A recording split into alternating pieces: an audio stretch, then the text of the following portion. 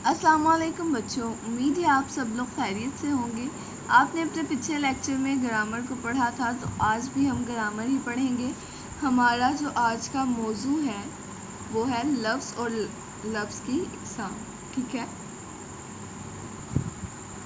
लफ्ज़ आपने अपने पिछले लेक्चर में ग्रामर लेक्चर में पढ़ा था कि लफ्ज़ कहते किसको हैं। जब चंद हरूफ को इस तरह मिलाया जाता है कि वो कोई मायने रखें तो वो लफ्ज़ कहलाता है। ठीक है, तो ये आपने अपने पिछले लेक्चर में पढ़ा था।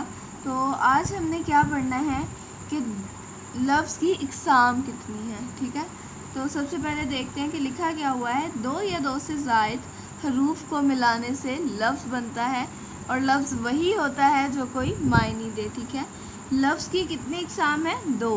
तो लफ्ज़ की दो इक़साम है। पहली है कलमा और दूसरी है मुहम्मल। अब कलमा किसको कहते हैं और मुहम्मल किसको कहते हैं? तो जैसा कि कलमा कहते हैं ऐसा लफ्ज़ जो कोई मायने रखता हो, और मुहम्मल ऐसा लफ्ज़ जो कोई मायने ना रखता हो। लेकिन ये बात हमेशा याद रखिएगा, जो मुहम्मल है वो हमेशा कलमे के साथ ही इस्तेमाल होता है, और हर कलमे का मुहम्मल अपना होता है, अलहदा होता है, एक ही नहीं होता। ठीक है, सबसे पहले ये पढ़ लेते हैं अब इसकी तारीफ़। हर बामायनी लफ्ज़ कलमा कहलाता है। बामायनी यानी जो मायने रखता है वो कलमा कहलाता है। जैसे पानी वानी, सचमुच, खाना वाना, मैल कुचैल वगैरह। यहाँ पर पानी की तो हमें समझ में आ रही है कि पानी क्या है, वानी का हमें कुछ पता नहीं है। इसी तरह सच का हमें पता है, मुझ का हमें कुछ पता नहीं है। ठीक है, इसी तरह खाना और मैल इनका हमें पता है, तो ये है कलमा, इनके मायने हैं तो ये कलमा है। ठीक है, वगैरह में पानी, सच और मैल कलमा है क्योंकि इनके मायने हैं। अब मुहम्मल क्या है? वो लफ्ज़ जिसके मायने ना हो उसे मुहम्मल कहते हैं। जैसे पानी वानी, सच मुच, खाना वाना, मैल कुचैल वगैरह में वानी, मुच, वाना, कुचैल। ठीक है, तो ये क्या है? मुहम्मल हैं, इनके कोई मायने नहीं है। अगर इनको अकेला लिखा जाता है तो ये हमारी समझ में नहीं आता।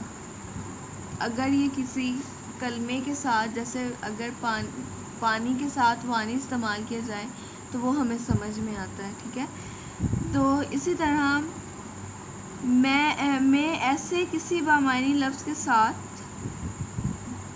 हम रोज़मर्रा ज़िंदगी में इसे किसी बामायनी लफ्ज़ के साथ ज़ोर या ख़ूबसूरती पैदा करने के लिए अदा करते हैं।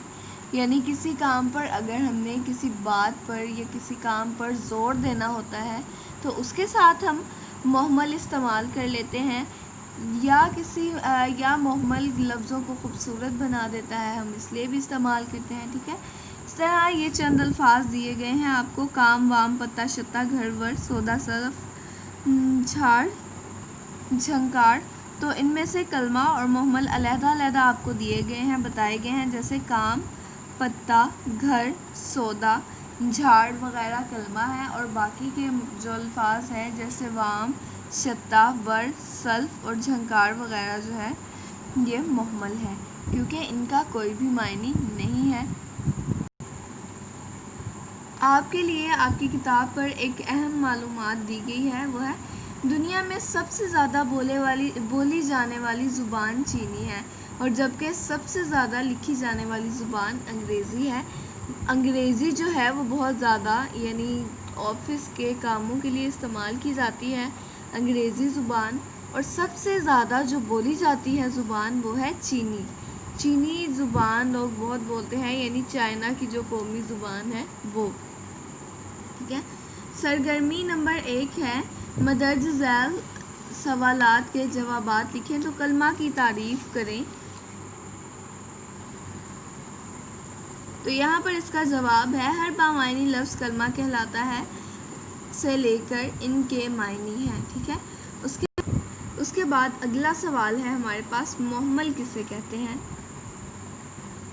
वो अल्फाज जिनके कोई मायने ना हो, यहाँ से लेकर लिहाजा ये मुहम्मल है, यहाँ तक। ठीक है, तो सरगर्मी नंबर 2 है खाली जगह को पुर करना है। बामायनी लफ्ज़ को क्या कहते हैं?